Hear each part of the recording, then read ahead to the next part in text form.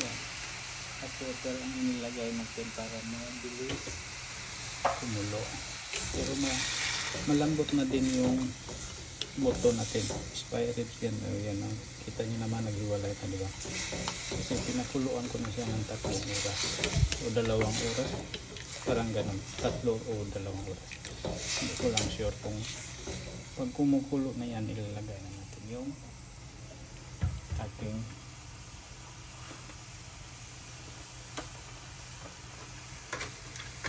mga sahog na para pang kalasa. Lagyan din natin ng Knorr cubes. Yung Knorr cubes na yan is baka ang flavor. Yan. Kasi baka yung ginagalit natin. Ribs yan eh. Spire ribs. Yan lang mga idol. Kunti lang yung sabaw natin. Lalagyan natin yan mamaya uli. Para sa pag ano na yan. Kumukulo na kasi siya. So ito na yun ang ating ilalagay. Tapos yung mga dahon mamaya na siya pag malambot na yung taro at saka yung pumpkin natin. Madali lang to. So wala naman tayong maraming sahog. Wala tayong sweet corn, so kaya ito lang gagamitin natin. Titingnan muna natin ulit. So yan, kumukulo na. Wala pang 1 minuto lang yan, kumukulo na agad, ba? Kasi yung gamit natin is after. So hindi ka na magtagal na magantay ng matagal.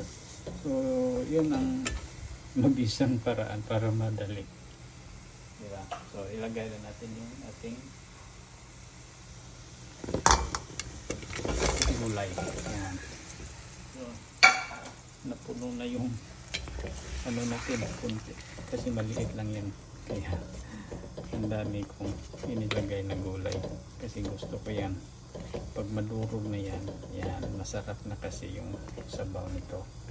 Kailangan mo madurog yung pumpkin at saka yung taro. Yung parang pag ano mo na lang, diretso na durog, hindi na kailangan. So mag-iinit naman tayo ng tubig para pag kailangan may ilalagay tayo na.